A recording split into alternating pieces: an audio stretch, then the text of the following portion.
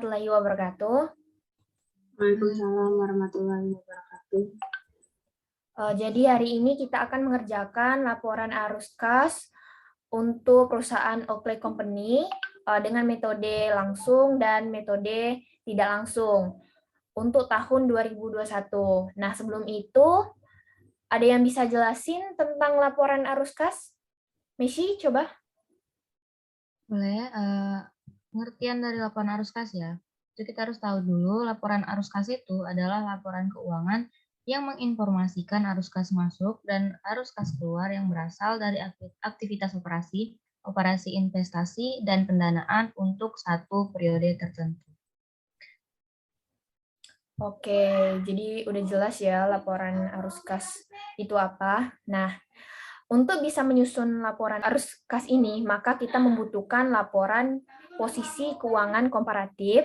Nah, jadi kalau kita diminta tadi untuk menyusun laporan tahun 2021, maka yang kita butuhkan adalah laporan posisi keuangan per 31 Desember 2021 dan per 31 Desember 2020. Nah, lalu kalau kita diminta untuk menyusun laporan arus kas bulanan, maka yang kita butuhkan itu, nah saya kasih contoh ya, misalkan untuk bulan yang berakhir 30 November 2021, maka yang kita butuhkan adalah posisi keuangan per 30 November 2021 dan posisi keuangan per 31 Oktober 2021. Nah, selain kita membutuhkan laporan posisi keuangan komparatif ini, untuk menyusun laporan arus kas ini, kita juga membutuhkan income statement atau laporan laba rugi dan informasi tambahan. Oke, sebelum kita menyusun laporan arus kas baik metode langsung dan metode tidak langsung, kita perlu melakukan perhitungan terlebih dahulu, perhitungan saldo. Nah, itu cara menghitungnya itu sangat mudah. Kita tinggal memindahkan akun-akun yang ada pada laporan posisi keuangan ini. Kita pindahkan aja, jadi kita salin dulu ya.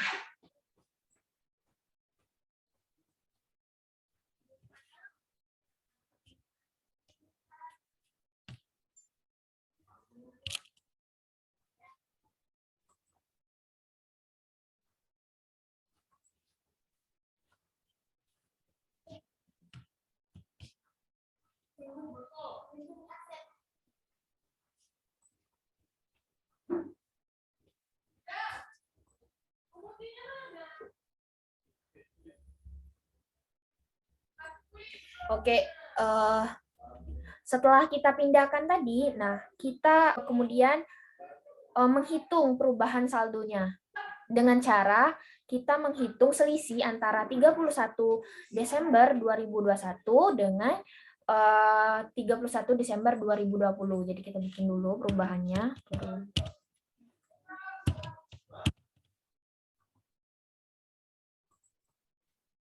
Perubahannya.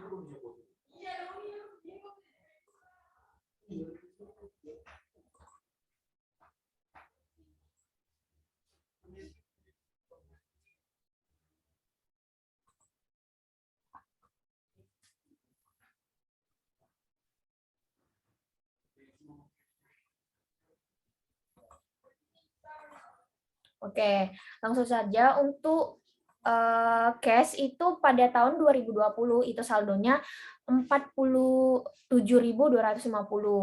Pada tahun 2021 itu saldonya 82.700. Artinya cash itu mengalami peningkatan yaitu sebesar, bisa kita hitung dengan mengurangkan saldo pada tahun 2021 dengan 2020. Itu hasilnya $35.450. Artinya kas itu mengalami peningkatan sebesar $35.450. Nah, selanjutnya itu account receivable. Itu pada tahun 2020 sebesar $57.000, kemudian pada tahun 2021 itu sebesar $90.800. Artinya account receivable ini mengalami peningkatan, yaitu sebesar $33.800. Selanjutnya lagi itu ada akun inventory. Nah, dapat kita lihat pada tahun 2020 itu saldonya itu sebesar $102.650. Kemudian pada tahun 2021 itu $126.900. Artinya inventory ini juga mengalami peningkatan, yaitu sebesar $24.250. Untuk selanjutnya, ada yang bisa lanjutin? Boleh, Ki, di sini saya akan coba lanjutin. Untuk langsung saja, untuk selanjutnya itu ada akun enforcement ya. Kita lihat itu saldonya di tahun 2020 itu sebesar $87.000, sedangkan untuk tahun 2021-nya itu sebesar $84.500. Nah, dapat kita lihat itu nilainya berarti mengalami penurunan ya, sebesar $2.500. Selanjutnya itu untuk akun equipment. Kita lihat itu di tahun 2020 itu saldonya sebesar 205.000, sedangkan untuk tahun 2021 itu sebesar 255.000. Nah, berarti mengalami peningkatan sebesar $50.000. Terakhir itu ada untuk kelompok akun aset, itu ada akun accumulated depreciation equipment. Kita lihat itu saldonya pada tahun 2020 itu sebesar $40.000, sedangkan untuk tahun 2021 itu sebesar $49.500. Nah, berarti di sini itu mengalami peningkatan ya sebesar $9.500. Nah, khusus akun akumulasi depresiasi ini abaikan tanda. Diberi tanda minus itu karena akumulasi penyusutan itu adalah sebagai pengurang ya dari akun aset tetapnya.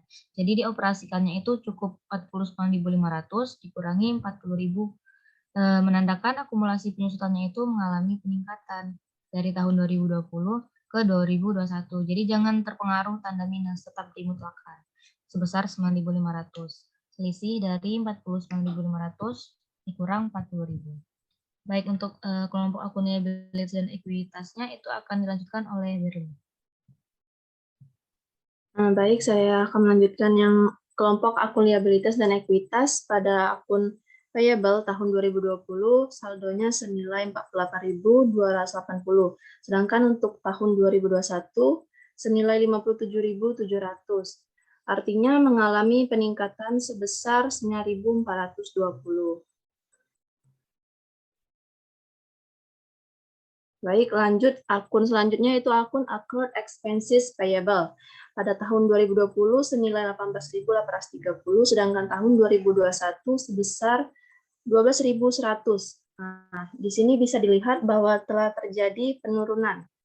Penurunannya yaitu sebesar 6.730. Untuk akun selanjutnya itu akun bonds payable. Pada tahun 2020 senilai 70.000, sedangkan tahun 2021 senilai 100.000. Artinya telah terjadi peningkatan sebesar 30.000. Baik, selanjutnya akan dilanjutkan oleh Saudara Alvina.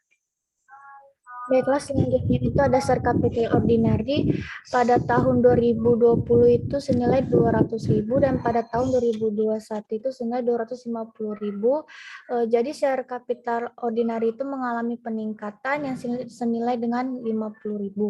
Selanjutnya itu ada retained earning itu pada tahun 2020 senilai 121.790, pada tahun 2021 senilai 170.600.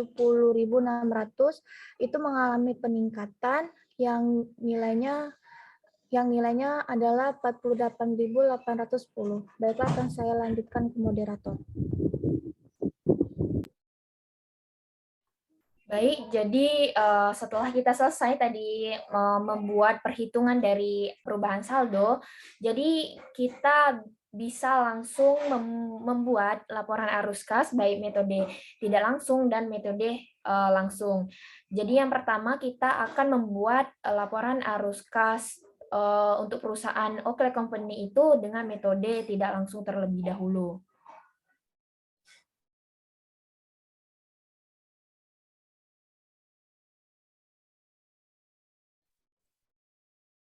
Oke, sebelum kita lanjut, ada yang mau menambahkan atau bertanya mengenai perubahan Nah, saldo?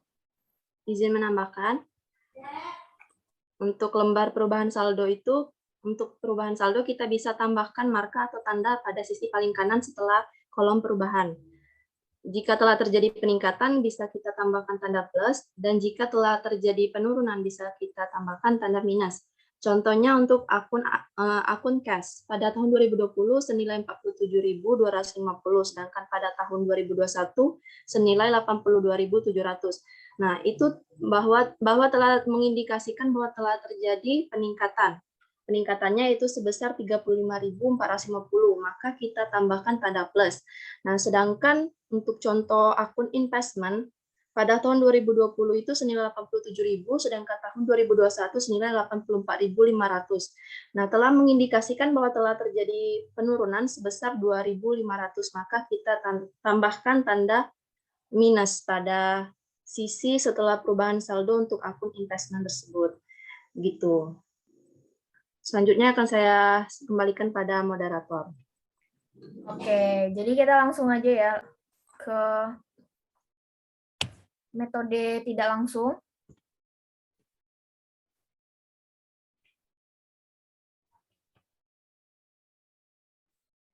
Sebelum itu kita bikin dulu di sini perubahan saldo.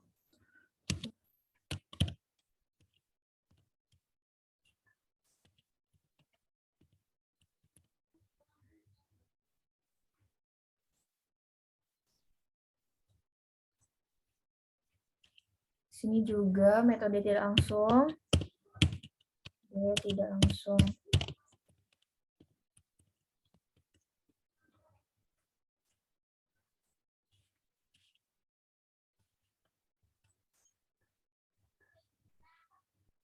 Oke, sebelum kita masuk ke metode tidak langsung, nah ada yang bisa jelasin lagi nggak mengenai apa itu arus kas metode tidak langsung itu?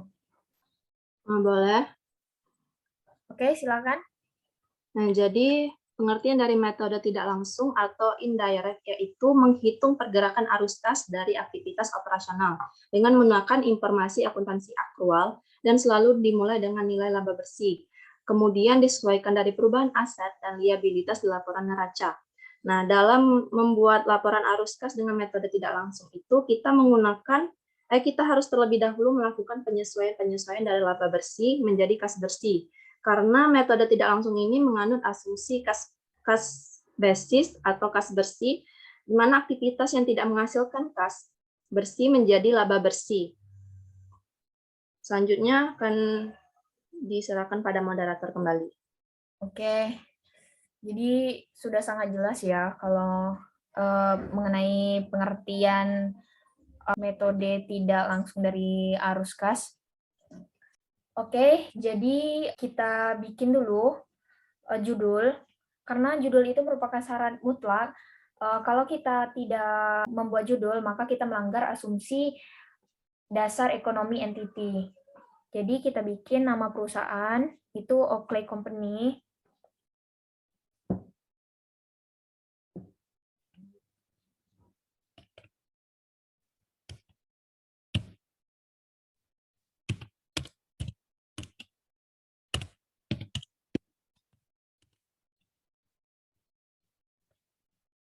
Selanjutnya itu laporan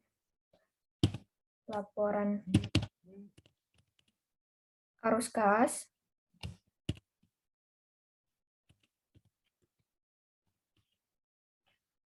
Kemudian untuk di bawah laporan arus kas itu untuk tahun yang berakhir 31 Desember 2021.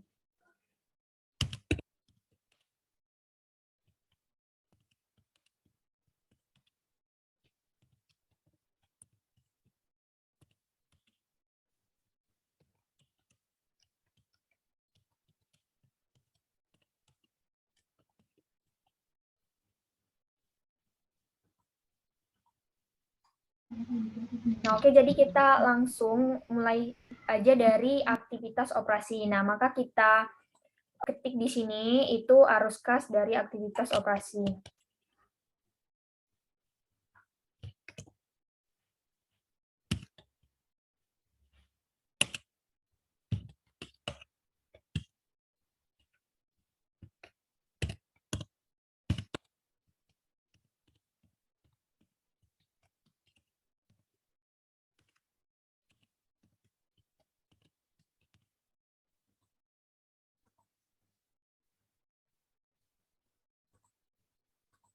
Selanjutnya itu laba bersih. Nah, untuk nilai laba bersih itu kita ambil nilainya dari income statement pada bagian itu net income, yaitu hasilnya 132.210, tinggal kita pindahkan 132 $2.210.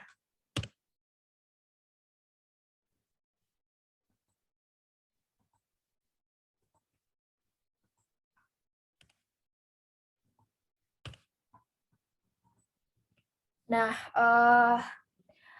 seperti yang sudah dijelaskan tadi bahwa metode tidak langsung berbeda dengan metode langsung. Itu terdapat pada cara menghitung atau mendapatkan kas bersih dari aktivitas operasinya.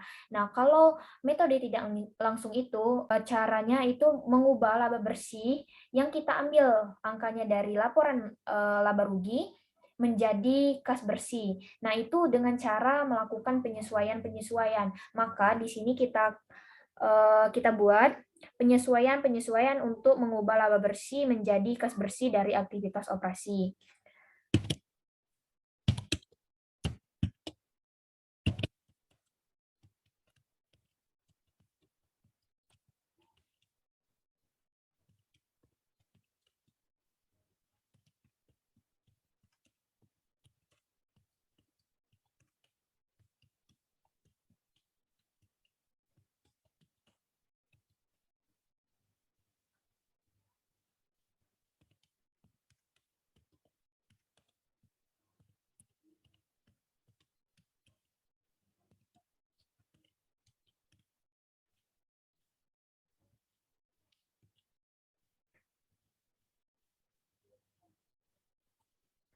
Oke. Jadi untuk penyesuaian apa saja yang termasuk dalam penyesuaian-penyesuaian dari aktivitas operasi itu, saya minta untuk Messi menjelaskannya. Baik, sebelumnya kita harus tahu dulu tadi ya, apa sih itu aktivitas operasi. Nah, aktivitas operasi itu aktivitas yang berasal dari transaksi-transaksi secara tunai yang mengakibatkan terjadinya perubahan pada item-item dalam laporan laba rugi. Nah, aktivitas operasi itu yang harus melakukan penyesuaian itu apa saja? Nah, pertama kita lihat dulu di soal. Pada soal itu kita sesuaikan pertama itu ada beban depresiasi ya, atau beban penyusutan. Nah, di sini tuh nanti akan kita masukkan berhubung beban depresiasi atau depreciation expense-nya itu terpisah ya di sini dengan operating expense. Di sini keterangannya bahwa excluding depreciation expense atau tidak termasuk beban depresiasi, artinya sudah dibikin terpisah. Nah, kenapa beban depresiasi ini masuk? Jadi, beban depresiasi ini itu beban penyusutan yang secara otomatis tidak ada kas yang dikeluarkan atau dimasukkan. Karena pada laporan arus kas itu menggunakan asumsi cash basis, sehingga beban depresiasi itu haram masuk atau dilarang. Nah, tetapi kenapa dia dimasukkan pada laporan laba rugi? Karena pada laporan laba rugi itu menggunakan asumsi accrual basis yang tidak mempedulikan adanya kas masuk ataupun keluar. Tadi kan dijadikan apa nih beban depresiasi di laporan arus kas? Nah, beban depresiasi ini dijadikan sebagai penambah. Nah, tadi kan haram tuh, tapi kenapa sekarang menjadi penambah? Karena seperti yang dijelaskan tadi, laporan arus kas itu harus benar-benar mencantumkan atau mencatat semua transaksi-transaksi yang bernilai tunai atau ada cash-nya. Sehingga beban depresiasi ini tadi kan yang tidak ada cash-nya, di laporan laba rugi dijadikan pengurang. Nah, ketika di laporan arus kas, dia menjadi penambah. Langsung saja ya kita masukkan, itu nominalnya beban depresiasi berarti 49.700.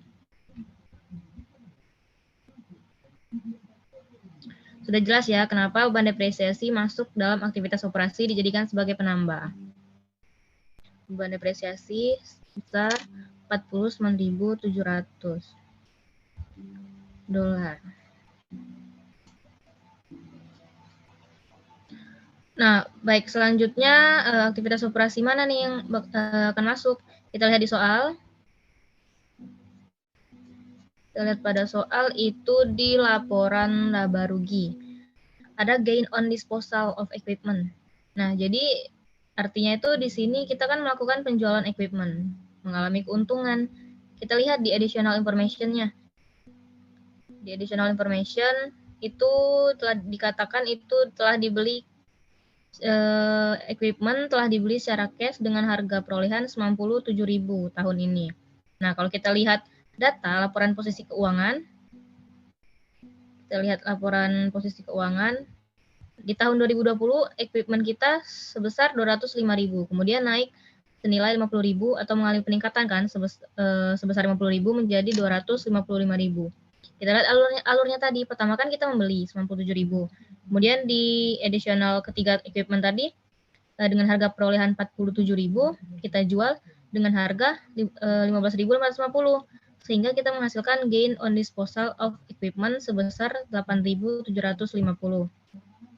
Maka dari itu, selanjutnya aktivitas operasi yang kita masukkan itu tentang keuntungan penjualan equipment. Karena di laporan laba rugi, faktanya bahwa perusahaan itu telah mengalami keuntungan dalam penjualan equipment tersebut. Nah, pertanyaannya itu kenapa nilainya bisa 8.750? Kita lihat keterangan ketiga tadi kan equipment dengan harga perolehan 47.000 ya, terjual pada rekap 15.550. Kenapa bisa untung? Jika harga perolehannya 47.000, kemudian tiba-tiba terjual dengan harga 15.550. Nah, untuk mengetahui berapa untung atau rugi dari hasil penjualan ini, itu kita harus tahu dulu penyusutan yang terjadi.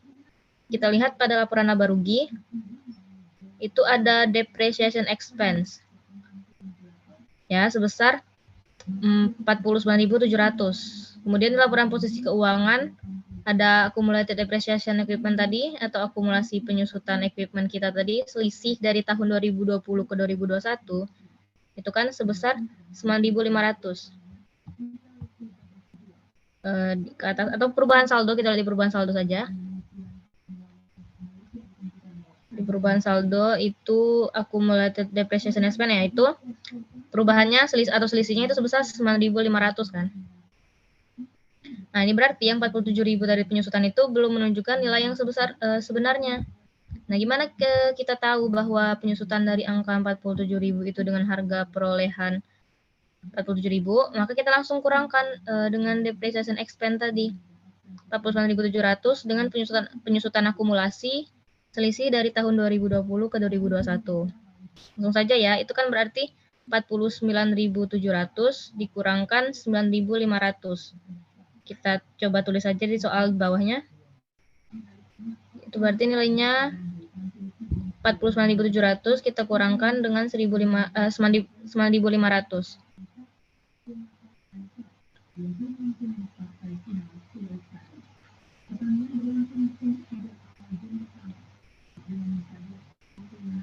Itu tadi dapat dari ini ya, depreciation expense tadi yang sebesar 49.700 kita kurangkan dengan penyusutan akumulasi selisih dari tahun 2020 ke 2021.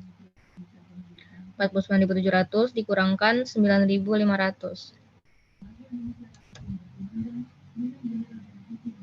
9.500 hasilnya itu 40.200.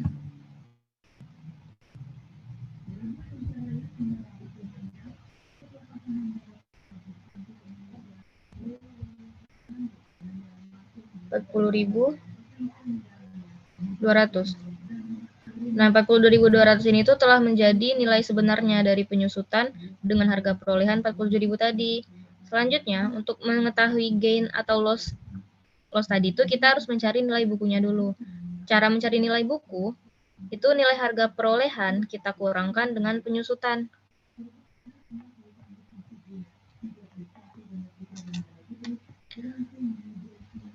kita lihat tadi harga perolehannya itu harga perolehan penjualan tadi kan 47.000. Kemudian harga penyusutan dari harga perolehan itu sebesar 40.200. Kita kurangkan dengan nilai penyusutannya tadi, didapatkan 6.800.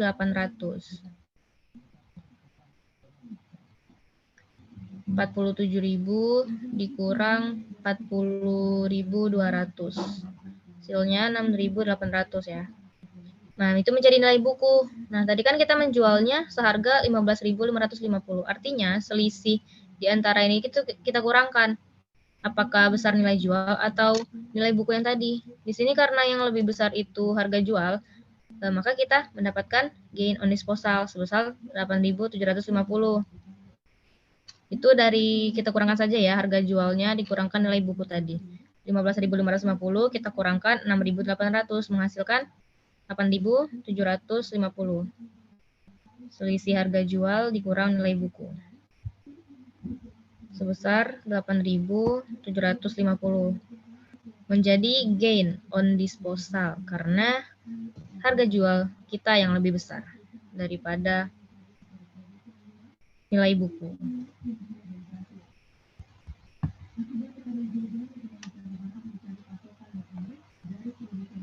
Kemudian kita pindah ke untuk laporan arus kasnya tadi itu kita buat keuntungan penjualan equipment berarti ya. Gain on disposal, keuntungan penjualan equipment. Penjualan equipment.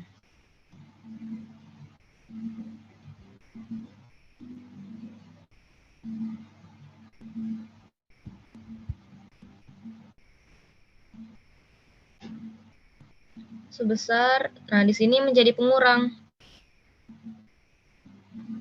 Berarti minus 8.750 ya sebagai pengurang. Keuntungan penjualan equipment itu sebenarnya tidak menghasilkan uang, malah itu hanya menjadi pengurang karena kas yang masuk itu tidak sebesar dari yang dicatat pada laporan laba rugi. Jadi jika kita mengakui keuntungan, maka tidak ada penambahan kas yang kita dapatkan. Makanya di situ ada tanda minusnya sebagai pengurang. Kemudian selanjutnya kita identifikasi juga untuk metode tidak langsung ini. Kita kembali ke soal. Oke, di situ kita lihat ada terjadi peningkatan saldo piutang atau account receivable. Nah, itu sebesar 50.000 ya di tahun 2020, di tahun 2021-nya itu tiba-tiba meningkat menjadi 90.800. Terjadi perubahannya sebesar 33.800. Kita lihat di perubahan saldo untuk memastikan. Oke, benar ya, account receivable kita perubahannya itu sebesar 33.800. Nah, maka kalau misalnya aset itu meningkat pada laporan arus kas, dia menjadi pengurang karena tidak ada kas yang kita terima. Ini kan perusahaan dagang, jadi kita menjual barang tapi uangnya belum dapat, belum kita terima. Jadi ketika aset kita bertambah atau meningkat, akan menjadi pengurang di laporan arus kas. Jadi langsung kita masukkan saja. Berarti peningkatan saldo piutang, kita tulis di sana. Peningkatan saldo piutang.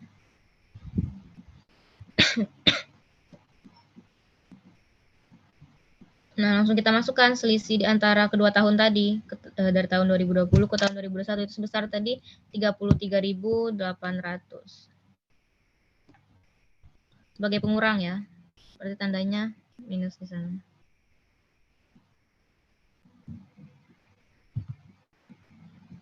Saya ulangi lagi ya, jadi ketika aset itu bertambah atau meningkat, akan menjadi pengurang di laporan arus kas. Baik, untuk penyesuaian selanjutnya itu saya kembalikan ke Rizky Aulia. Baik, saya akan melanjutkan. Jadi kita lihat di soal itu yang termasuk dari aktivitas operasi itu ada persediaan. Nah, dapat kita lihat di perubahan saldo itu persediaan itu mengalami peningkatan kan sebesar $24.250. Nah, jadi kita harus ingat yang mengakibatkan inventory itu meningkat karena transaksi pembelian, yang mengakibatkan inventory itu berkurang karena transaksi penjualan. Nah, dalam hal ini kita mengakui atau mencatat HPP. Nah, ketika kita mengetahui bahwa inventory tadi mengalami peningkatan, itu dapat dipastikan lebih besar pembelian atau COGS. Nah, kalau saldo inventory itu mengalami peningkatan sebesar 24.250, nah artinya itu lebih besar yang kita beli. Nah, pembelian inventory tersebut akan mengakibatkan kas kita itu menjadi berkurang. Ketika kita membeli inventory, otomatis kita akan membayarkan. Nah, artinya itu kas kita itu akan berkurang, baik transaksi pembelian secara tunai maupun kredit itu kas kita akan berkurang. Nah, dapat kita lihat informasi yang kita punya itu di dalam income statement pada COGS itu 99.460 dolar. Nah, kita lihat net income atau laba bersih itu sebesar 132.210 dolar. Nah, ini nih dihasilkan dari setelah kita mengurangkan dengan COGS sebesar 99.460 dolar ini.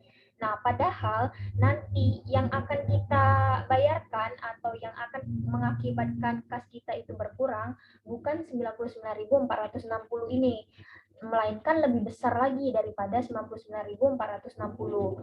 Nah, maka ketika kita mengubah laba bersih menjadi kas bersih, maka peningkatan saldo sebesar 24.250 tadi dijadikan sebagai pengurang.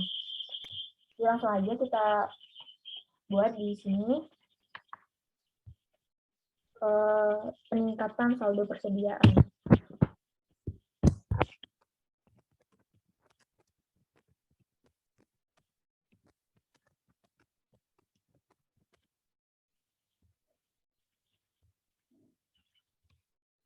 Sebagai pengurang minus 24.200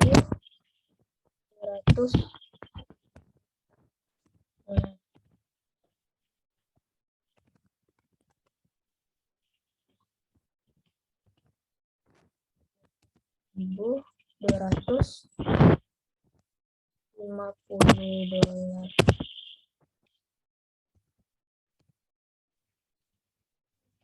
Nah, kenapa dijadikan sebagai pengurang?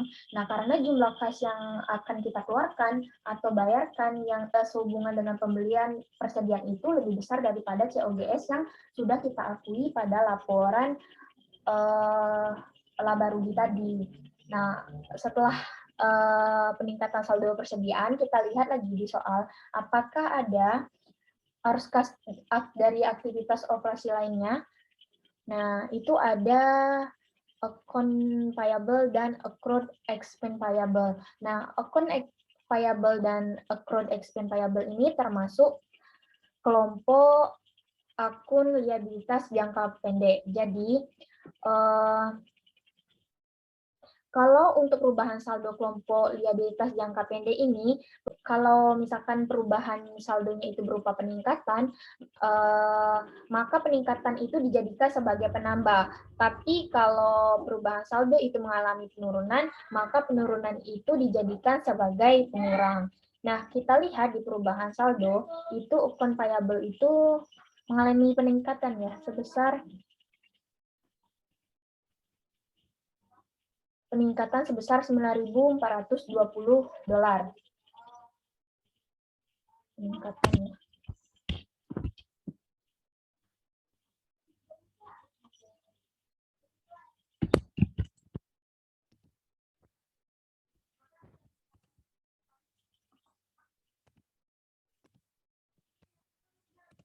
Nah, jadi kita harus ingat yang mengakibatkan account payable itu meningkat karena transaksi pembelian. Nah, yang mengakibatkan account payable itu berkurang karena transaksi pelunasan hutang. Nah, ketika kita mengetahui bahwa saldo account payable itu mengalami peningkatan, itu dapat dipastikan lebih besar peningkatan hutang karena kita membeli atau lebih besar pelunasan hutang. Otomatis lebih besar peningkatan hutang karena kita membeli kan. Nah, bisa kita lihat di soal itu ada informasi pembelian eh, di dalam COGS. Karena untuk menghitung COGS itu dengan cara persediaan awal ditambah pembelian bersih selama periode tersebut, kemudian didapat namanya barang tersedia untuk dijual, kemudian barang tersedia untuk dijual itu dikurang dengan persediaan barang dagang akhir, kemudian dapatlah HPP. Jadi di dalam HPP sebesar 99.460 ini terdapat informasi mengenai pembelian. Nah, kita lihat laba bersih kita itu atau net income kita sebesar 132.210 itu tuh didapatkan setelah kita kurangi dengan COGS sebesar 99.460, di mana di dalam HPP tadi seperti yang saya sudah jelaskan bahwa ada informasi mengenai pembelian kan. Nah, pembelian tersebut yang mengakibatkan hutang kita itu lebih besar nilainya daripada kas yang kita bayarkan. Maka ketika kita mengubah laba bersih menjadi kas bersih, maka peningkatan saldo itu akan dijadikan sebagai penambah. Jadi kita bikin di sini.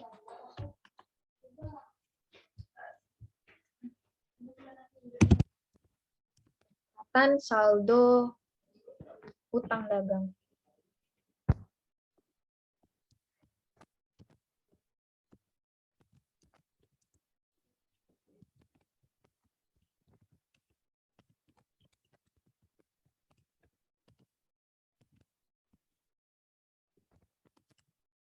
Itu sebesar tadi selisihnya tadi itu 9.420 dolar.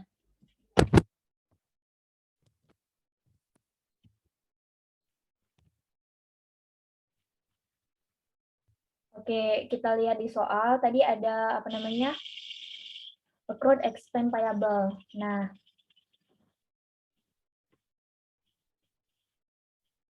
dapat kita lihat di perubahan saldo, accrued expense payable ini mengalami penurunan saldo ya sebesar 6.730 dolar. Nah, saya contohkan aja accrued expense payable ini adalah hutang gaji. Jadi kita harus ingat yang mengakibatkan hutang gaji itu meningkat ketika kita mengakui adanya beban gaji. Nah, yang mengakibatkan hutang gaji itu berkurang itu karena kita membayar. Nah, ketika kita mengetahui bahwa hutang gaji itu mengalami penurunan, itu dapat dipastikan lebih besar beban gaji atau lebih besar kas yang dibayarkan untuk membayar gaji. Nah, otomatis lebih besar kas yang dibayarkan untuk membayar gaji kan. Nah, jadi dapat kita lihat informasi mengenai beban gaji itu pada income statement di operating expense.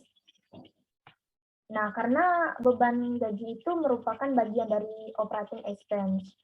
Nah, jadi di dalam operating expense ini sebesar 64.370 dolar ini terdapat informasi mengenai beban gaji. Nah, beban gaji itu yang terdapat dalam operating expense ini menyebabkan laba bersih yang dihasilkan 132.210 dolar. Nah, itu tuh didapat setelah dikurangi dengan operating expense tadi kan, sebesar 64.370 dolar. Jadi, kita sadar bahwa salary expense yang dilaporkan dalam laba rugi ini nilainya itu lebih kecil dibandingkan gaji yang akan kita bayarkan. Artinya, kas yang kita keluarkan untuk membayar gaji itu lebih besar, sehingga penurunan saldo pada accrued expense payable sebesar 6.730 dolar itu dijadikan sebagai pengurang. Jadi kita bikin di sini.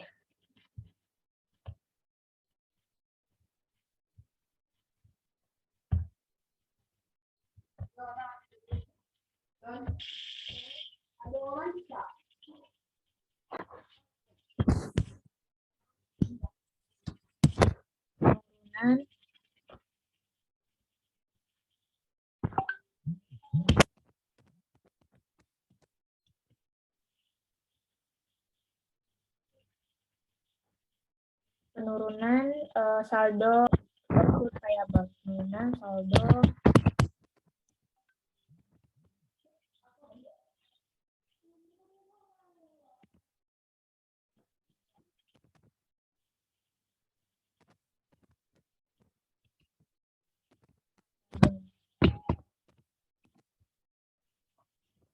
penurunan saldo accrued payable itu dijadikan sebagai pengurang, dikasih tandanya itu 730.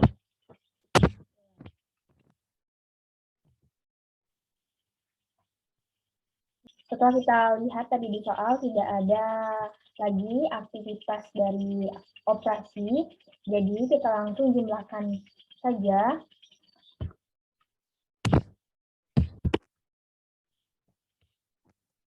Jumlahkan dari laba bersih sampai dengan penurunan saldo accrued payable. Accrued expense payable.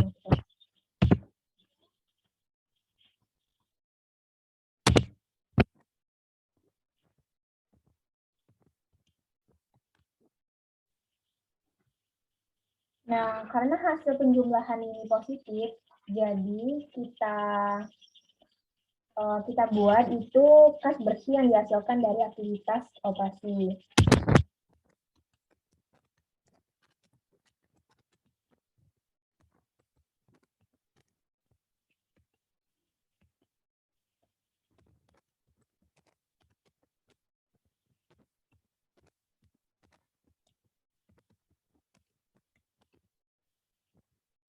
Sebesar $117.800.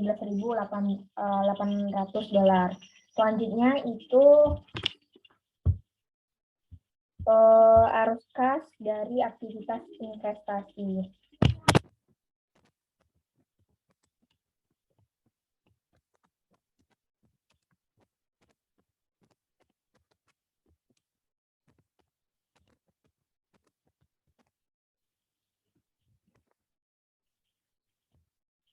Untuk arus kas dari aktivitas investasi bisa Berli untuk menjelaskan. Oke, baik. Arus kas dari aktivitas investasi. Nah, di sini kita harus tahu dulu pengertian dari arus kas dari aktivitas investasi, yaitu segala transaksi-transaksi tunai yang mempengaruhi item-item pada kelompok non-current asset atau aset tidak lancar. Nah, yang termasuk dalam aset tidak lancar itu di sini menurut contoh soal meliputi equipment dan investment. Di antaranya meliputi penjualan investasi, pembelian investasi equipment, serta penjualan equipment. Nah, langsung saja yang kita bahas yang pertama yaitu penjualan investasi. Nah, kita lihat pada contoh soal.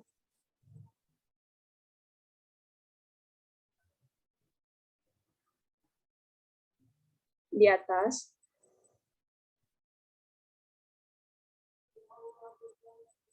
Investasi mengalami perubahan saldo dari tahun 2020 ke tahun 2021. Dari awalnya saldonya 84.500 menjadi 87.000. Dapat disimpulkan bahwa investment ini mengalami penurunan. Penurunan disebabkan karena kita cari tahu di informasi tambahan.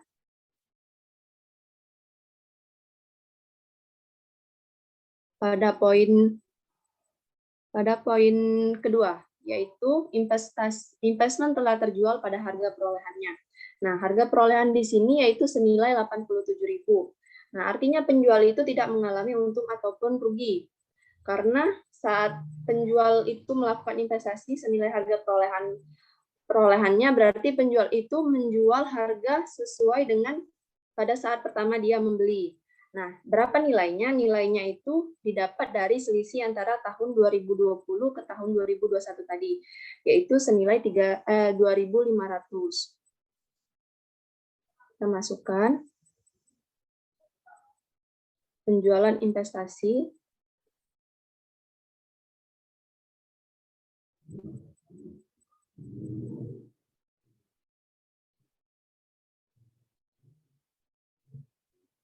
Senilai 2.500.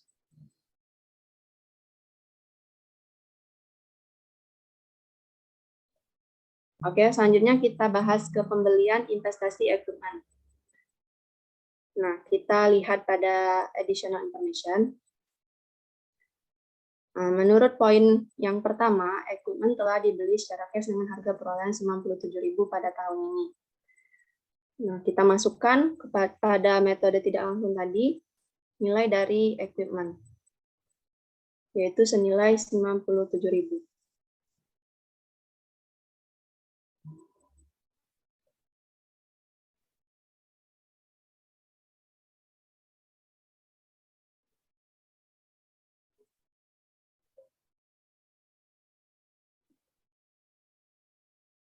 Senilai 97.000.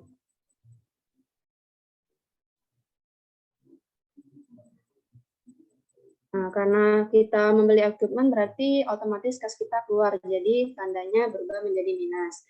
Untuk selanjutnya itu penjualan equipment. Nah, kita lihat pada additional information pada contoh soal. Pada poin ketiga, equipment dengan harga perolehan $47.000 telah terjual pada harga 15.550. Nah, kita tulis pada harga yang kita jual ya, bukan pada pengakuan harga perolehan, yaitu senilai 15.550.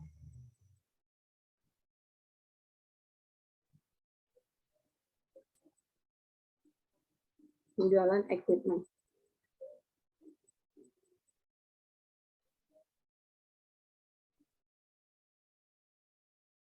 Senilai 15.550. Karena di sini kita menjual berarti otomatis kita mengalami penambahan cash. Nah, lalu setelah kita jumlahkan, didapat hasilnya yaitu minus 78.950. Nah, karena hasil akhir yang didapat berupa minus, maka kita tulis di sini kas bersih yang terpakai dari aktivitas investasi.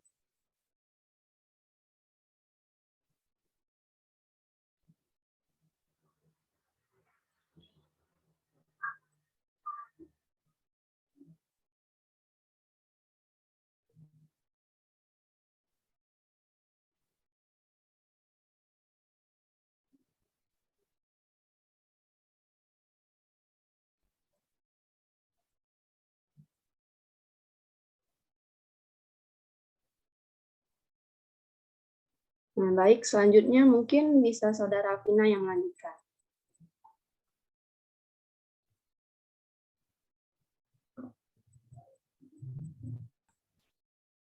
Oke, selanjutnya itu saya minta tolong kepada Saudari Vina untuk menjelaskan untuk arus kas dari aktivitas pendanaan. Oke, baiklah. Dari arus kas aktivitas perdanaan itu mempengaruhi item-item kelompok liabilitas yang jangka panjang atau ekuitas seperti pembayaran, dividen, pembelian saham, dan utang-utang jangka panjang.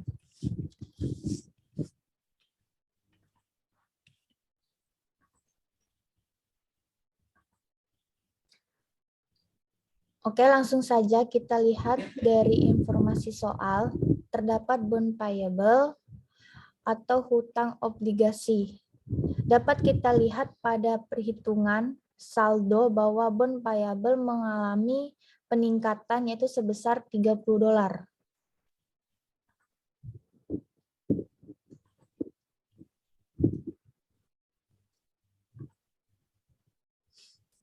Karena saldo dari hitung obligasi meningkat, maka otomatis menjadi penambahan sebesar $30.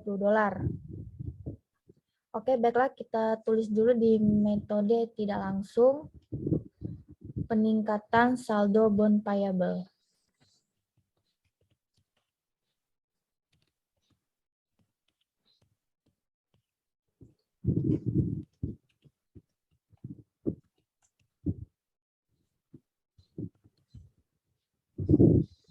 Sebesar $30.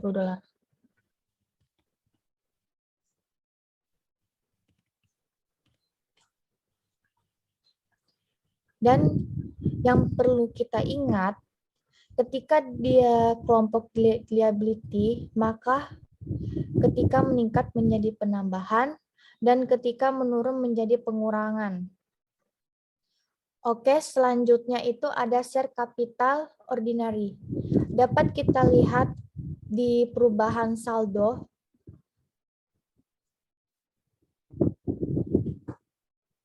bahwa share capital ordinary mengalami peningkatan sebesar $50. Perlu diketahui ketika menerbitkan saham, maka dari hasil penerbitan saham perusahaan memperoleh kas. Maka peningkatan dari share capital ordinary sebesar $50 dijadikan sebagai penambahan dalam laporan arus kas. Baiklah, kita tulis lagi di metode tidak langsung penerbitan saham biasa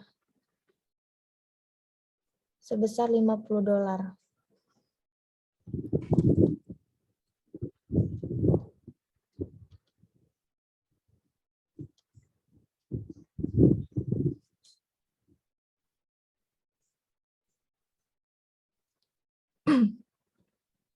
Kemudian kita lihat lagi di pembayaran dividen.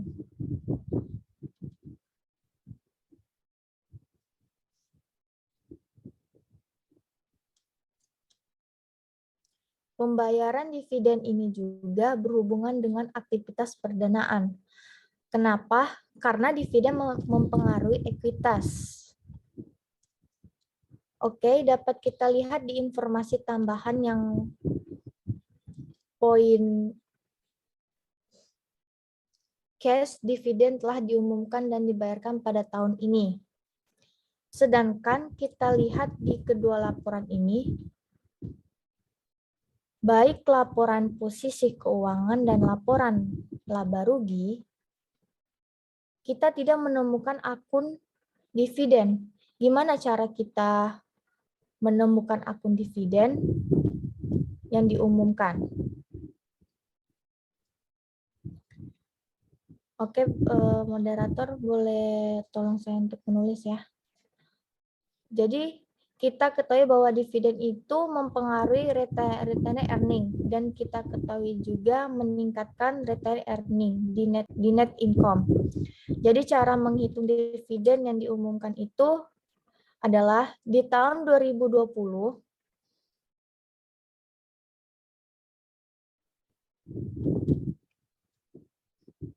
sebesar $121.790.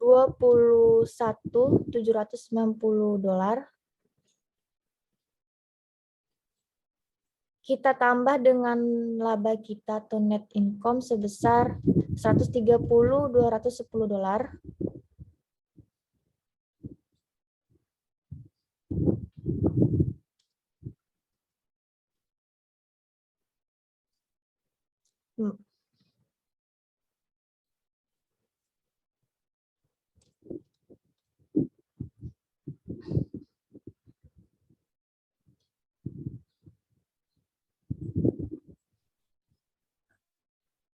Sorry tadi berapa?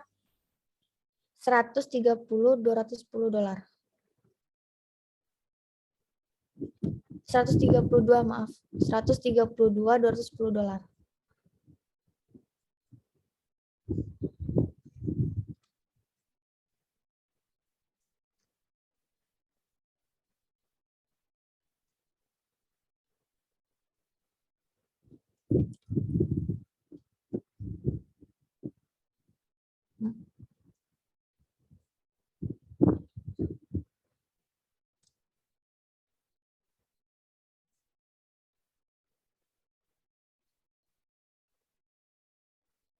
Maaf, moderator kayaknya ada yang salah deh. Itu tadi yang $121.790, maaf, salah. $121.790.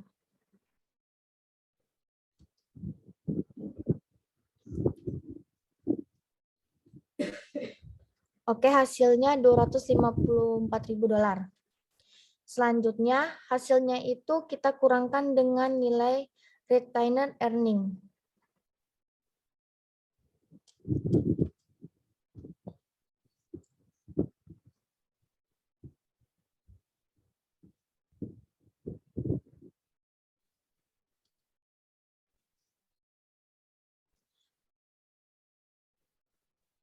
dengan nilai yang di tahun 2021 sebesar $176.000.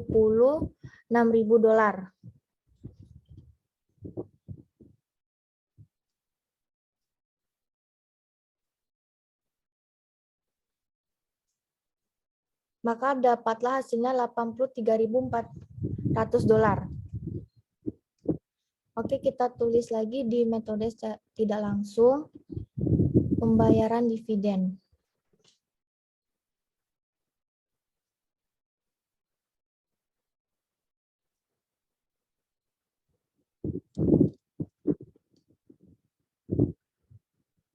Sebesar 83.400 $.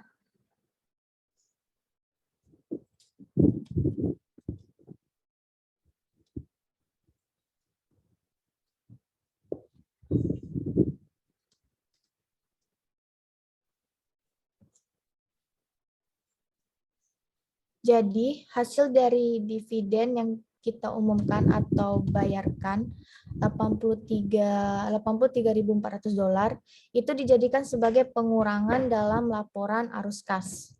Kenapa? Karena pembayaran dividen itu mengakibatkan kas kita menjadi berkurang.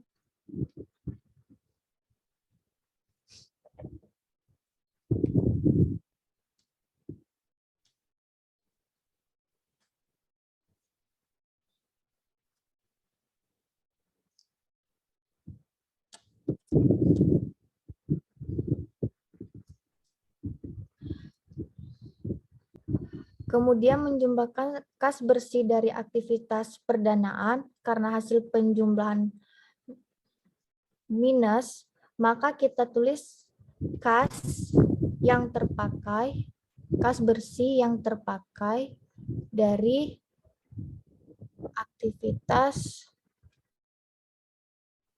perdanaan.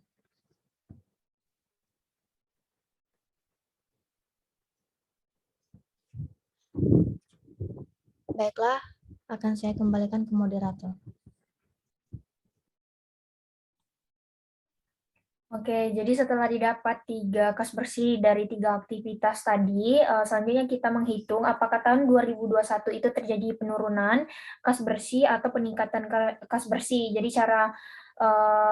caranya itu kita jumlahkan ya dari kas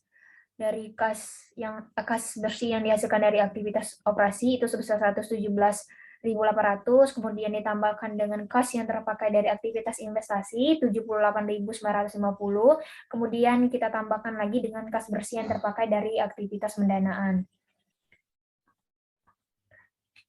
Kita jumlahkan dulu.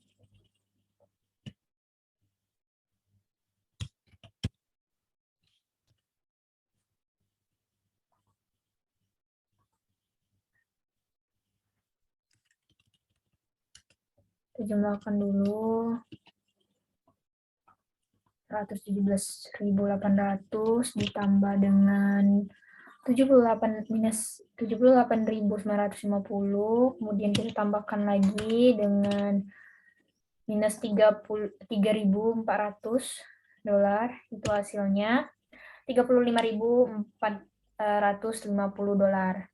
Nah, karena hasilnya itu positif, artinya itu menandakan terjadinya peningkatan kas bersih. Jadi kita bikin di sini itu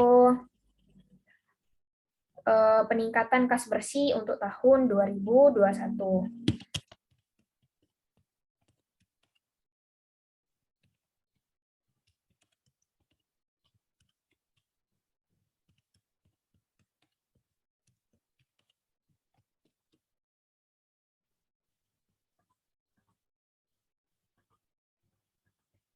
Nah, selanjutnya itu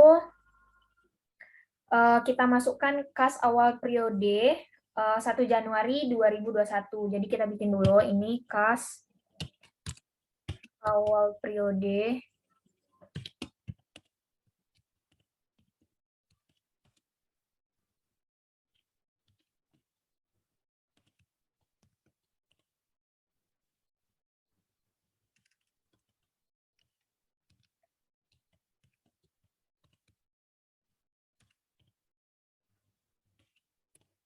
2021.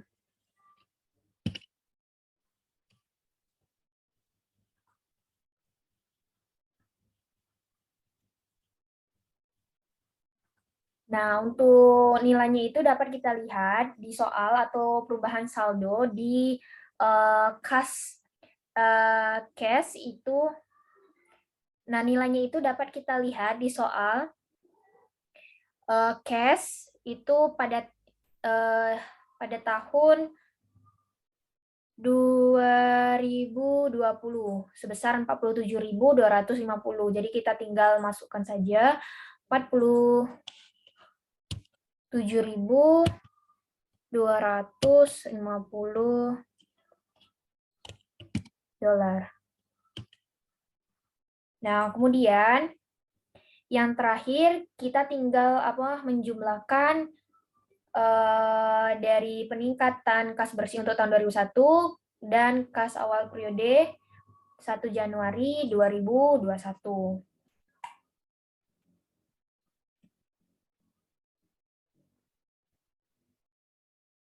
Tuh, sebentar. Kita jumlahkan.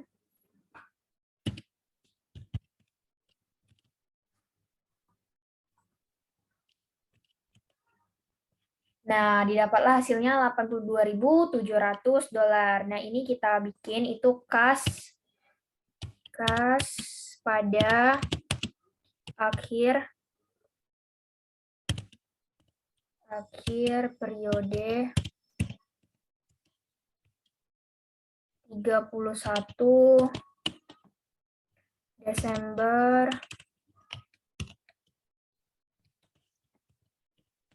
2021.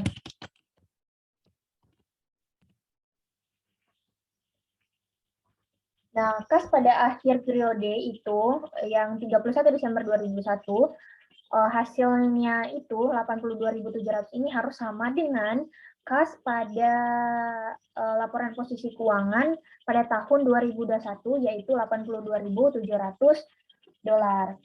Kalau hasilnya itu tidak sama dengan kas pada tahun 2021, maka arus kas yang kita susun itu masih mengalami kesalahan-kesalahan ya teman-teman. Walaupun ini kas pada akhir periode kita itu sudah sama dengan kas pada tahun 2021, itu belum tentu laporan arus kas yang kita susun itu sudah benar. Jadi setelah kita menyusun laporan arus kas untuk metode tidak langsung, kita selanjutnya menyusun laporan arus kas untuk metode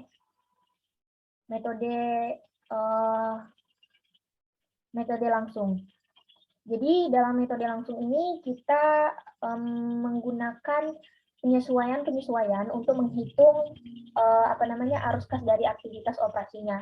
Yang berbeda tadi yang sudah saya jelaskan, kalau metode tidak langsung itu menggunakan penyesuaian, kalau metode langsung itu menggunakan perhitungan untuk mendapatkan kas bersih dari aktivitas operasi. Jadi kita bikin dulu di sini itu perhitungan metode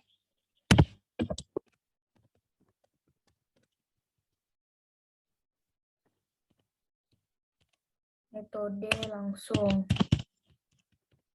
Kemudian di sini kita bikin metode langsungnya.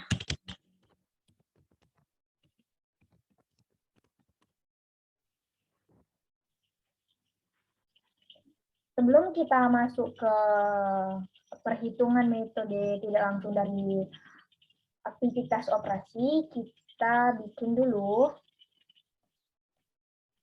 untuk laporan arus kas metode tidak langsung itu judul.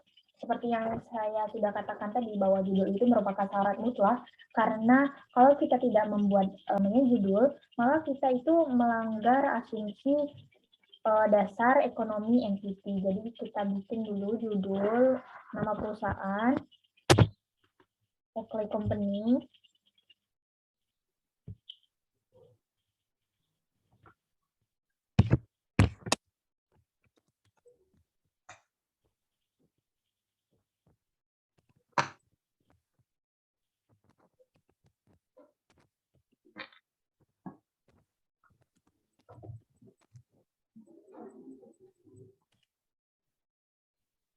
Kemudian laporan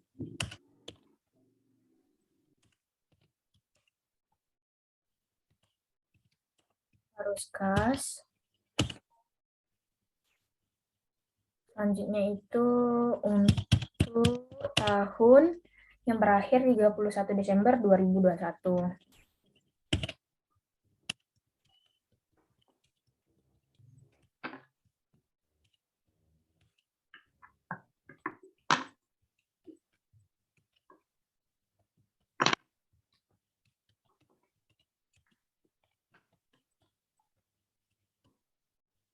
Oke, sebelum kita lanjut ke arus kas dari aktivitas operasi, saya minta untuk Meshi menjelaskan mengenai laporan arus kas metode langsung itu apa. Untuk Meshi? Metode langsung ya. Metode langsung tadi udah sebelumnya kita ini jelaskan. Metode langsung itu cara singkatnya itu artinya metode dalam pembuatan laporan arus kas di mana informasi arus kas itu aktual atau basis kas. Oke, jadi sudah jelas ya. Jadi kita langsung aja masuk ke yang pertama itu arus kas dari aktivitas operasi.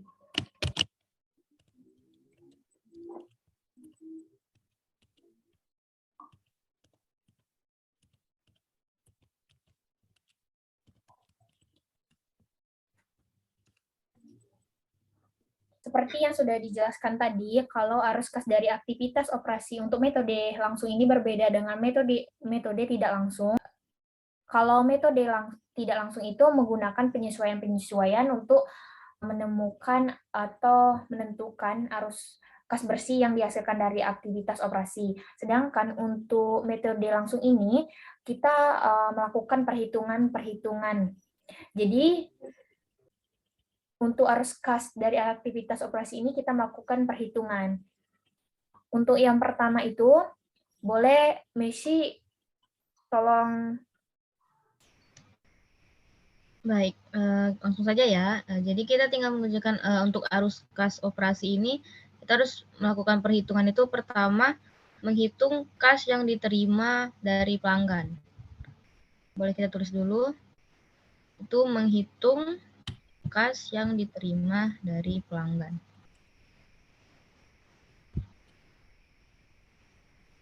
Nah, gimana tuh caranya? Terkhusus ini kan perusahaan dagang, kan sumber utama kas itu kan masuk dari penjualan. Nah, jadi kita harus mengetahui jumlah penjualan perusahaan pada tahun itu. Lalu perusahaan itu mengalami penjualan tunai,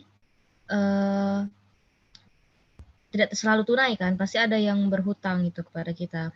Jadi kita harus mengurangi dengan akun receivable-nya untuk mengetahui berapa sih sebenarnya uang yang masuk dari penjualan itu yang sebenarnya. Nah, kita untuk melihatnya itu kita lihat pada soal. Kita kembali ke soal dulu. Nah, di situ ada sales atau penjualan ya. Sebesar berapa? Itu sales revenue kita sebesar 297.500. Nah, langsung kita masukkan ke perhitungan metode tadi. Perhitungan metode langsung tadi. Kita masukkan sales berarti. Sales sebesar 297.500. 297.500 dolar. Nah, setelah kita langsung masukkan itu, kemudian kan kita berjualan. Untuk mengetahui kas kita terima dari pelanggan itu, kita harus kurangkan dengan peningkatan account receivable. Karena setiap penjualan itu tidak seluruhnya kas masuk, pasti ada yang berhutang kan atau kredit. Caranya itu kita lihat di account receivable kita, meningkat atau tidak. Kita lihat di perubahan saldo. Di perubahan saldo, itu account receivable kita sebesar 57.000 ya pada tahun 2020. Nah, itu kemudian naik tuh menjadi 90.800, naiknya sebesar 33.800. Artinya penjualan dari tahun 2020 ke 2021 itu mengalami peningkatan. Nah, kemudian utang pelanggan kepada kita mengalami peningkatan. Artinya ada yang belum membayarkan. Nah, itu kita harus ketahui berapa sih uang yang kita terima dari pelanggan kita yang sebenarnya. Langsung kita masukkan tadi, peningkatan account receivable.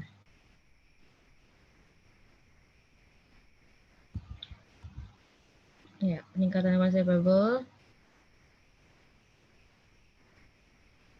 Itu berarti mengurangi jumlah sales kita ya. Besar 33.800. Peningkatan account receivable.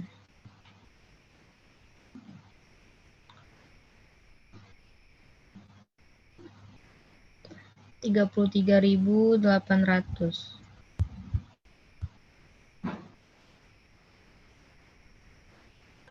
Nah, kemudian didapat tuh berarti. Jadi kas yang kita terima dari pelanggan itu, bisa kita tulis, kas yang diterima dari pelanggan.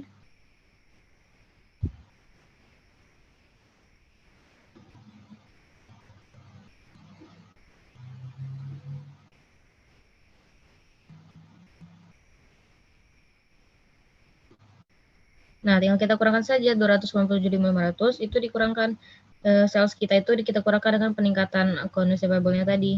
33.800 didapat 263.700.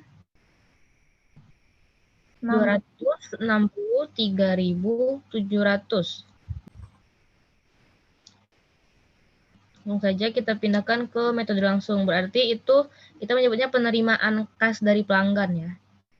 Penerimaan kas dari pelanggan. Nah, karena ini penerimaan, itu berarti ada kas yang masuk pada kita kan. Berarti nilainya itu positif. Kita pindahkan dari perhitungan metode tadi, itu sebesar 263.700. 263.700. Oke.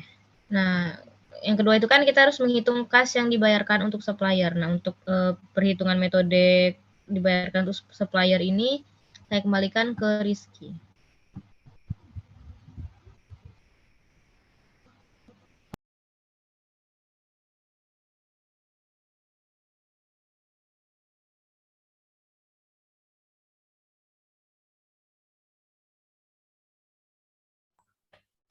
Oke, berikutnya itu bisa saya minta tolong untuk Berli selanjutnya melakukan perhitungan. Baik. Selanjutnya yaitu menghitung kas yang dibayarkan untuk supplier. Nah, sebelumnya kita harus tahu dulu dengan cara mencari kas yang kita bayarkan kepada pemasok atau supplier. Yang pertama, menghitung kas yang dibayarkan kepada pemasok atau supplier.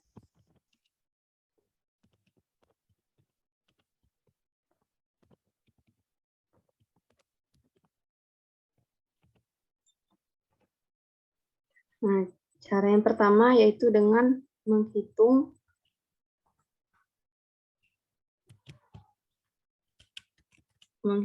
pembelian untuk tahun 2021.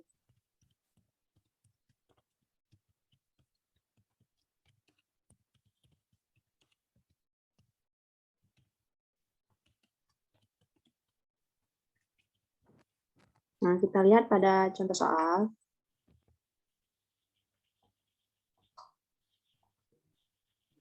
Untuk menghitung pembelian untuk tahun 2021, otomatis kita harus mencari akun pembelian atau akun purchase.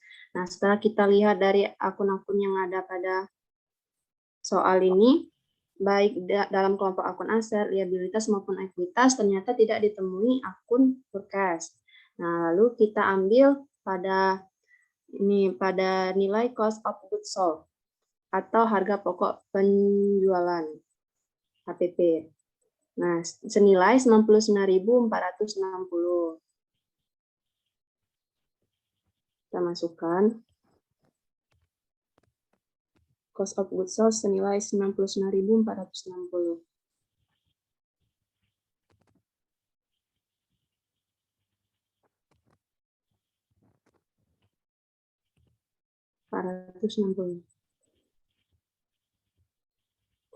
Nah, langkah yang kedua yaitu kita cari dulu apakah telah terjadi peningkatan atau malah penurunan pada saldo inventory atau saldo persediaan.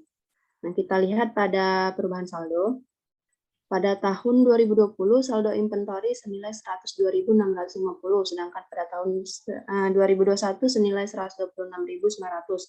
Nah, kita tahu bahwa inventory ternyata mengalami peningkatan. Peningkatannya itu sebesar 24.250, dimasukkan pada saldo peningkatan inventory senilai 24.250.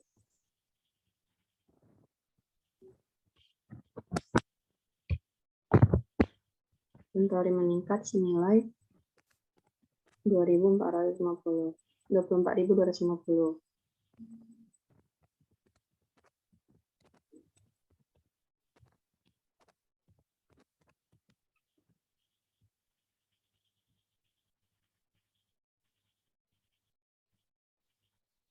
Senilai 24.250.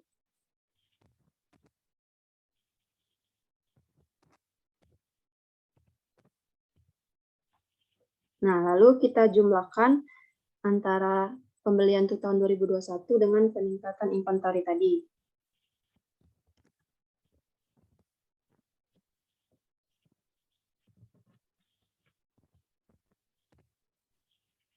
Didapatlah hasilnya $123.710. Nah, ini untuk pembelian selama tahun 2021.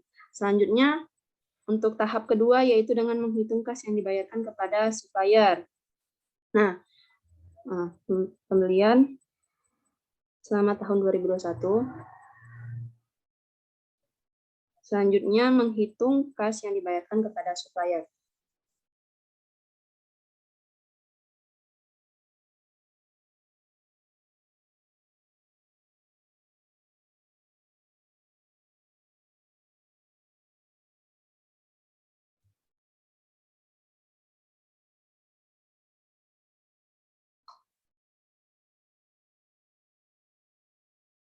Nah, kita tadi kan sudah tahu pembelian selama tahun 2021 tadi senilai $123.710.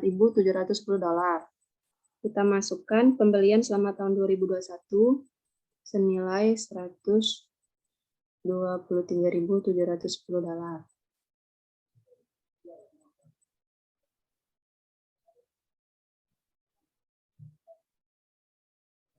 Lalu kita dengan mengurangkan pembelian dikurang akun payable, dan ternyata menunjukkan peningkatan,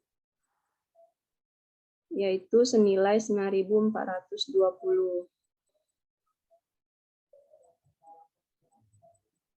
Peningkatan akun payable.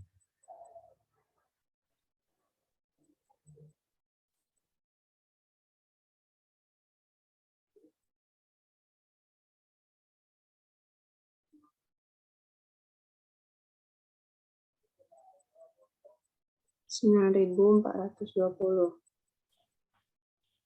Ini didapat dari mana? Nah, kita lihat dari perubahan saldo. Bentar. Coba kita lihat pada perubahan saldo. Akun payable 240.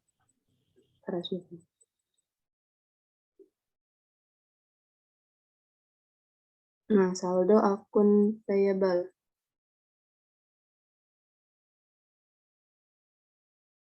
Nah, akun payable pada tahun 2020 senilai 48.280, sedangkan tahun 2021 senilai 57.700. Nah, dari sini telah mengindikasikan bahwa telah terjadi peningkatan. Senilai 9.420. Lalu selanjutnya, kita menghitung kas yang dibayarkan pada supplier tadi dari hasil pengurangan antara pembelian selama tahun 2021 dikurang dengan peningkatan akun payable tadi. Maaf, sebelumnya untuk peningkatan akun payable, karena akun payable yang meningkat, jadi tandanya berubah jadi minus.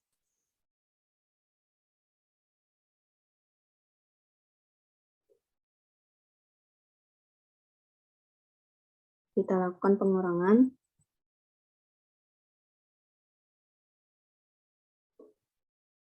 didapatlah nominal 114.250. Ini untuk kas yang dibayarkan pada supplier.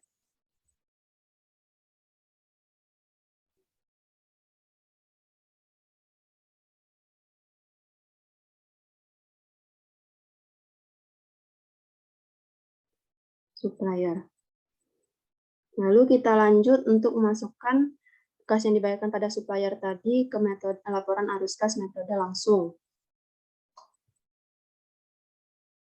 Di situ tertera pembayaran kas pada pemasok.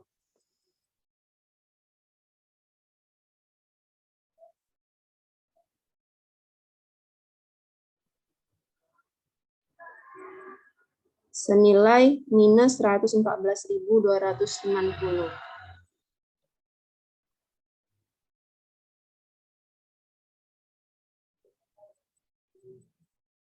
Minus 114.260.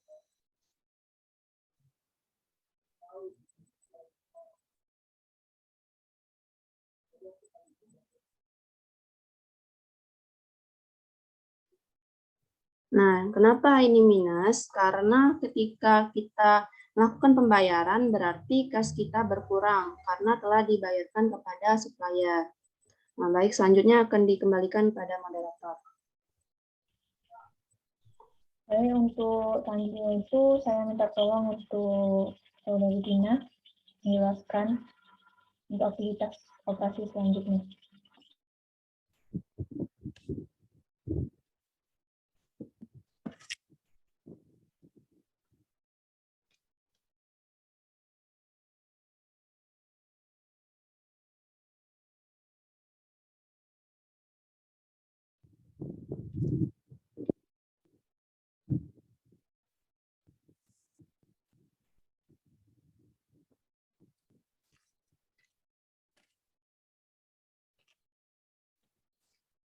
Oke, untuk menghitung kas yang dibayarkan untuk beban operasi.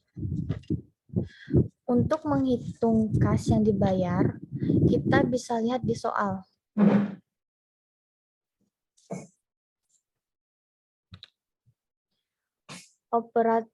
Operasi expense sebesar $64.370. Kemudian langsung kita masukkan ke dalam perhitungan.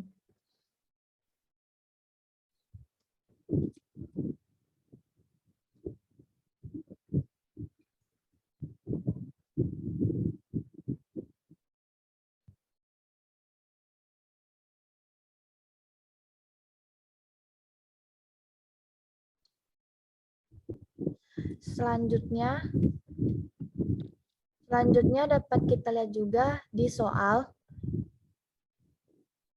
depreciation expense sebesar $49.700 yang akan menjadi pengurang.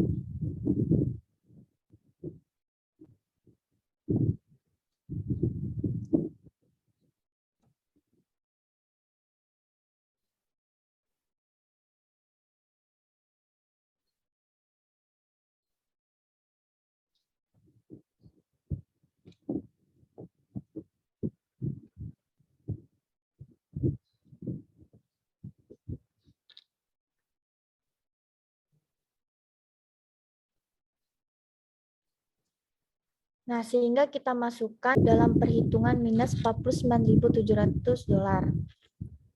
Selanjutnya itu ada penurunan accrued payable. Di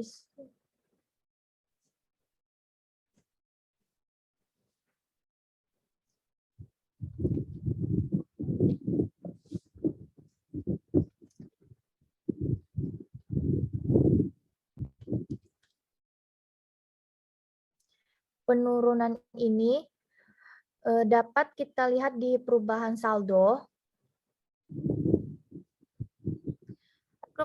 Accrued expense payable itu sebesar $6.730.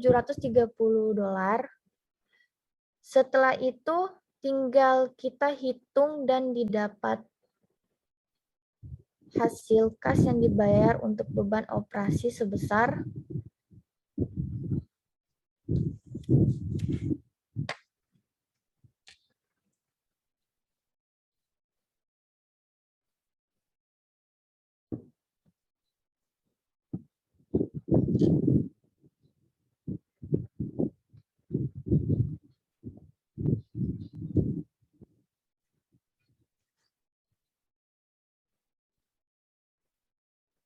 sebesar $21.400. Kemudian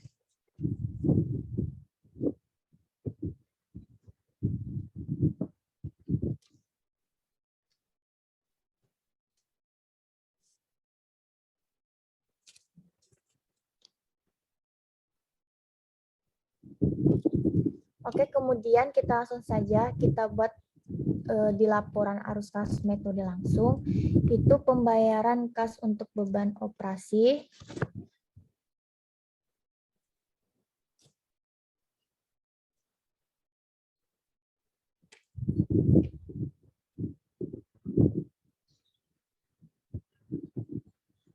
Sebesar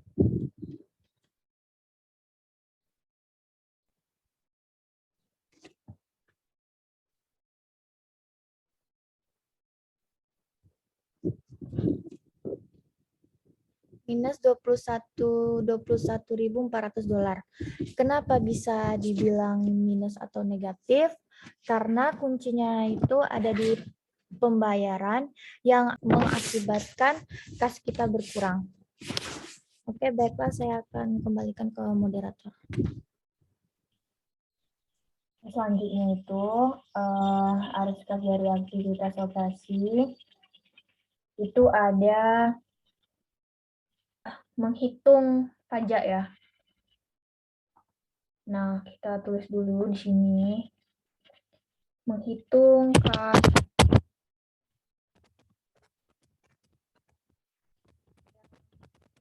dibayarkan untuk pajak.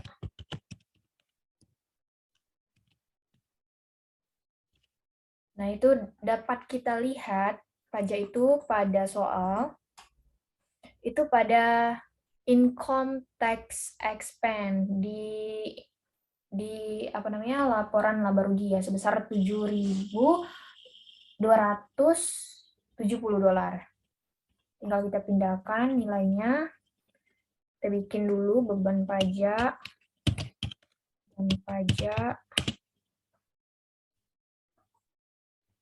Itu 7.270.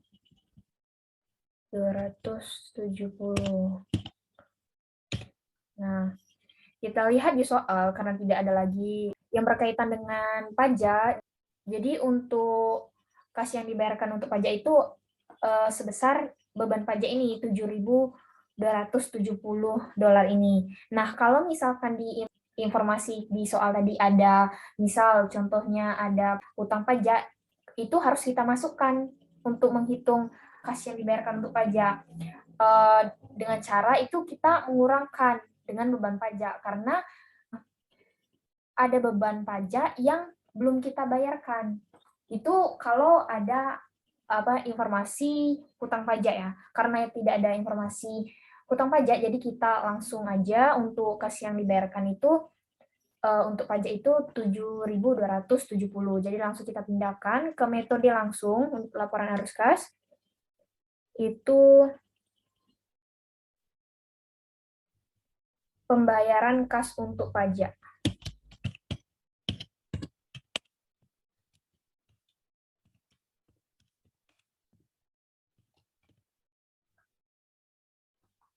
Itu sebesar tadi 7.270, tapi negatif ya. 7.270. Nah, kenapa negatif? Karena itu pembayaran, artinya ada kas yang kita keluarkan. Nah, selanjutnya itu untuk aktivitas operasi itu ada, dapat kita lihat di soal itu ada interest expense, itu artinya beban bunga. Jadi kita juga perlu menghitung beban bunga. Jadi kita bikin dulu perhitungan untuk beban bunga, menghitung kas yang dibayarkan untuk beban bunga.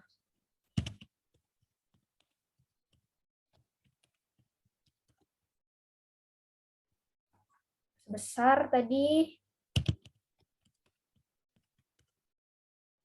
2.940 dolar.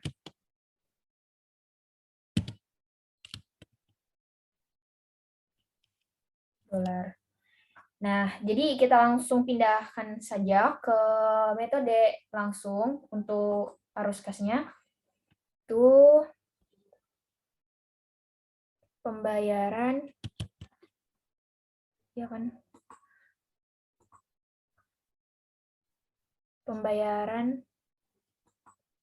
kas untuk beban bunga.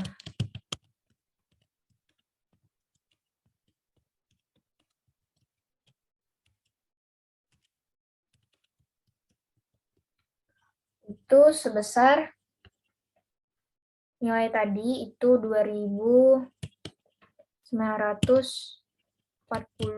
dolar. Itu hasilnya negatif ya.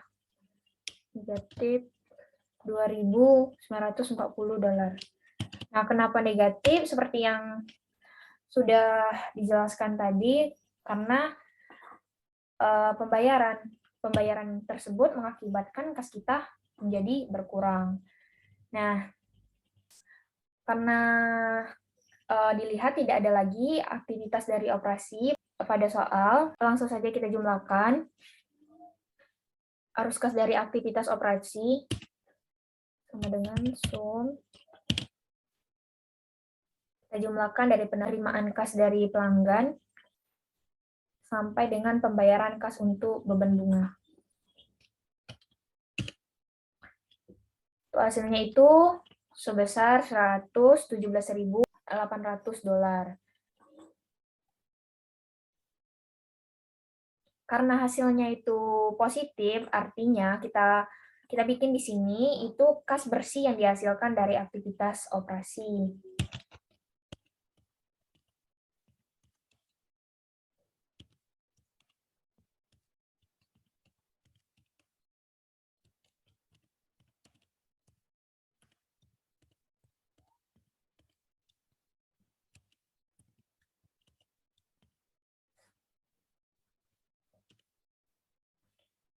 Oke, selanjutnya itu untuk arus kas dari aktivitas investasi dan arus kas dari aktivitas pendanaan itu sama dengan metode tidak langsung. Yang berbeda itu seperti yang sudah dijelaskan tadi, hanya berbeda pada aktivitas operasi. Jadi kita tinggal salin aja aktivitas investasi dan pendanaannya itu di metode tidak langsung, kita tinggal pindahkan. Karena sama. Nah, tadi setelah kita memindahkan tadi, kita hitung nih, menghitung kas bersih untuk tahun 2021 apakah mengalami peningkatan atau mengalami penurunan. Itu caranya dengan menjumlahkan kas bersih yang dihasilkan dari aktivitas operasi, kemudian ditambah dengan kas yang terpakai dari aktivitas investasi, kemudian ditambah lagi dari kas bersih yang terpakai dari aktivitas pendanaan. Jadi sama dengan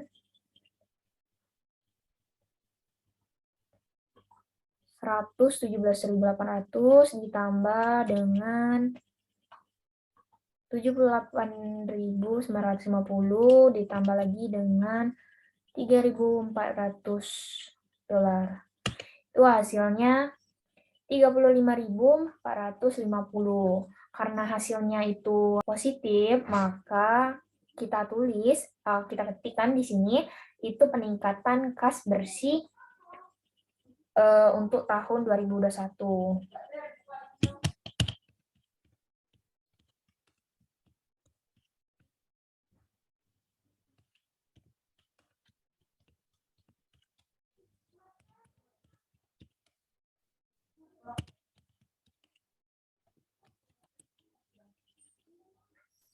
Oke, setelah kita mendapatkan peningkatan untuk kas bersih untuk tahun 2021,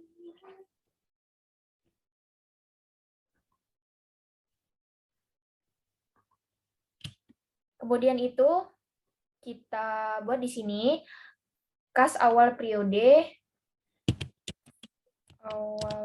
periode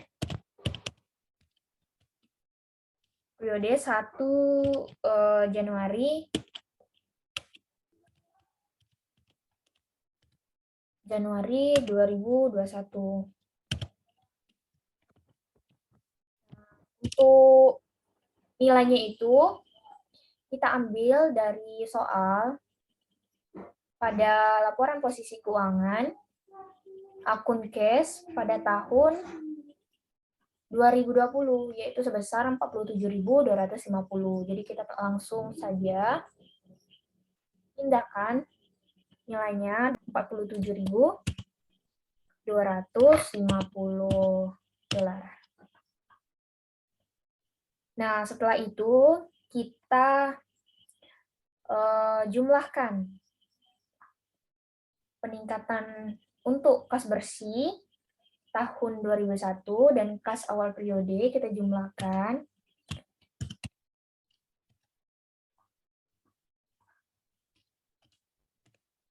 Nah, kita bikin di sini itu kas pada akhir periode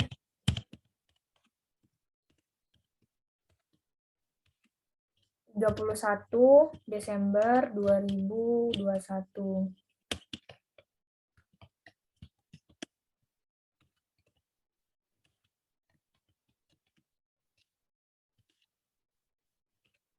Nah, kas pada akhir periode pada 31 Desember 2021 ini hasilnya 82.700 ini harus sama dengan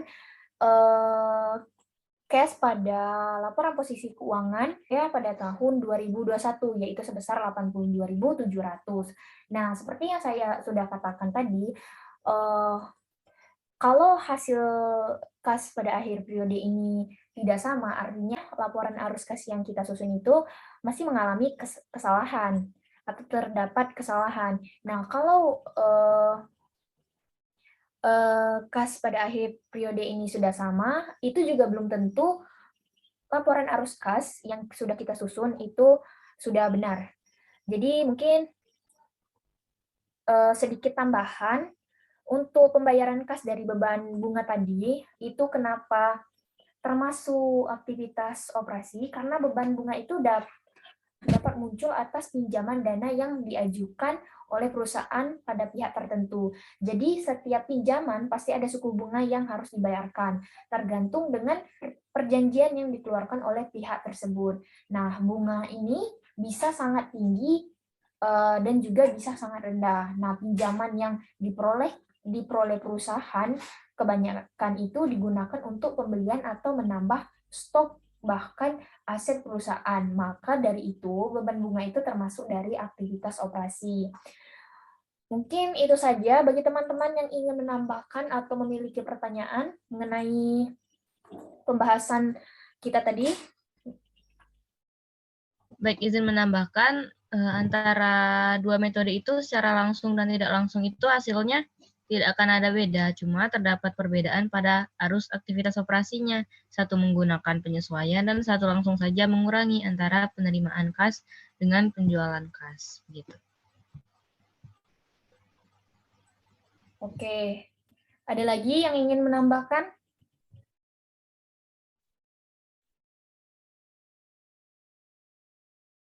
Oke, kayaknya udah cukup. Jadi mungkin itu saja dari kami. Saya mewakili teman-teman. Bila terdapat kesalahan, saya mohon maaf. Saya tutup. Wabillahi taufiq wal hidayah. Wassalamualaikum warahmatullahi wabarakatuh. Waalaikumsalam warahmatullahi wabarakatuh.